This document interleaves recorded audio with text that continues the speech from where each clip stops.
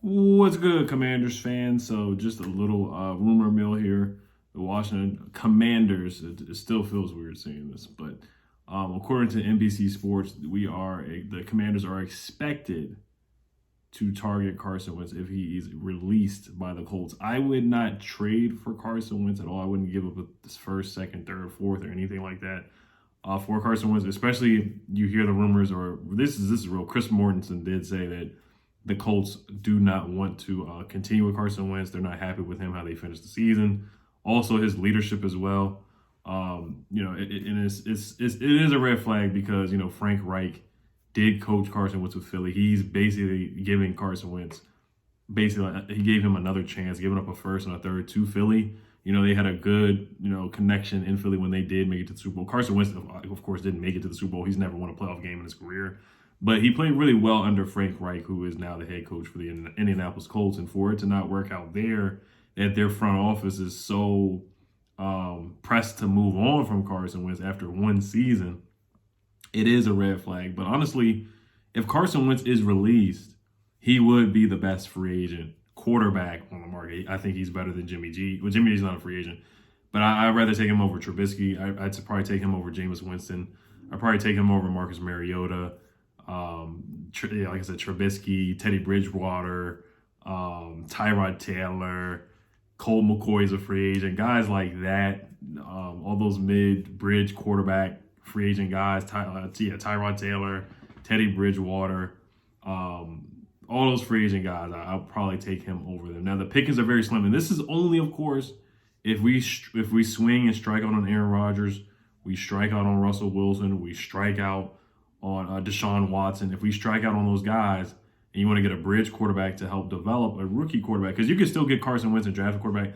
The best scenario, if you do pick up a Carson Wentz, and I'll talk about the contract details later, which are not great, but, Jimmy G is basically getting paid, $27, $25 million as well. So quarterbacks are getting paid. They're getting paid, even if they're mid-tier, like Ryan Tannehill, big contract. All these quarterbacks are getting big contracts. If you're a starting quarterback, if you're a top 15, 18 starting quarterback in the league, you're going to have a pretty fat contract.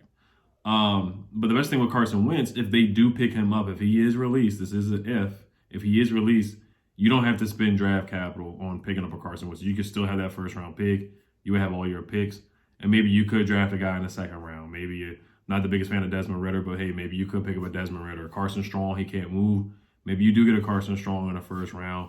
And then you draft if Nakobe Dean drops to the first round pick to number 11, or Devin Lloyd drops to 11. Some guys like Kyle Hamilton, or some guys, or even one of the good wide receivers. The wide receiver's okay, but maybe you could pick up another wide receiver at number 11 to help Carson Wentz, and then just develop a rookie quarterback behind him, like a Desmond Ridder or a Carson Strong or somebody like that. You could weigh your options and make it work that way. So those are the pros to picking up a Carson Wentz. A lot of injuries, has missed a lot of games. You look at his contract, if we do pick him up in 2022, next year, it would be a $28 million cap hit. But if he doesn't work out in 2023, you could cut Carson Wentz without a dead cap hit. He has a dead cap of $0 in 2023 and in 2024. So, like I said, if he doesn't work out, you could just let him go after that one season. Honestly, Carson Wentz being our quarterback, Logan Thomas comes back healthy.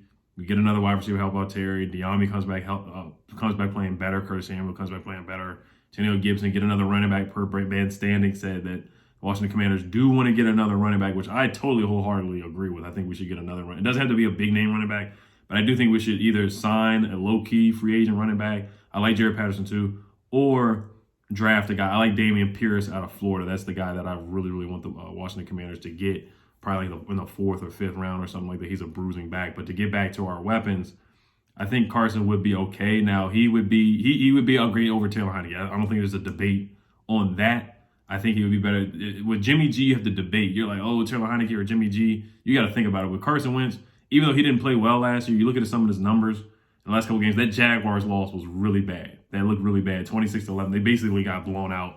Got sacked 6 times, threw for 185 yards, 1 touchdown, 1 pick. that was the game that just the owner, Jim Irsay for the Colts, and their front office was like, yeah, we're just done with Carson Wentz. If you can't win with Jonathan Taylor getting 1,800 yards on the ground, the defense playing well, with Darius Leonard and their offensive line playing well too, then, you know, and he honestly didn't play as well as Phillip Rivers. Now, the numbers look good, 27 touchdowns, 7 picks, a QBR 54.7, which was decent, ninth in the NFL. The numbers look good on paper, but when you watch the games, you can kind of tell he's not that guy that he used to be back in 2017. He's still a big fella out of North Dakota State, 6'5", 237 pounds. And it would be this move, because people try to say Russell Wilson is Donovan McNabb 2.0. This would be more like a Donovan McNabb 2.0, but you wouldn't give up draft picks. So that's the better thing about it. You would not give up draft picks. So Carson Wentz didn't throw for a lot of yards. The last couple games of the year, you don't want to get into yards too much, and then of course, you don't want to get into yards too much. But he threw the last 5 games of the year. The Houston Texans threw for 158 yards. New England, they got blown out, threw for 57 yards. Then against the Cardinals, they threw for 225 yards. That's because they just ran the ball more. So we support them with a good running game, and Terry McLaurin, Curtis Samuel comes back healthy. I think against a third place schedule, we could make the playoffs. I think we would make a wild card with Carson Wentz as the starting quarterback. I know he would be a little bit more motivated because he would play Philly twice, coming back to the NFC East. So that's some of the pros too. But like I said, I'm not standing on a table banging the door down to get Carson Wentz. I'm not. Deshaun Watson, sure. Aaron Rodgers, sure. Russell Wilson, sure. Those are the 3 guys that I really want the Washington Commanders to. I would love to see them get. But are they really realistic? We'll see. We'll see. Carson Wentz, if he is released, if the Colts really want to release him that bad, they just want to get rid of him. They said us, the Steelers, and the Buccaneers, which does sound realistic. And we were plus 400 on the betting odds to get Carson Wentz. So if we strike out and he's released, he definitely would be the number 1 free agent quarterback on the market. He'd be better than Marcus Mariota, Trubisky, Jameis Winston, Tyrod Taylor, Teddy Bridgewater.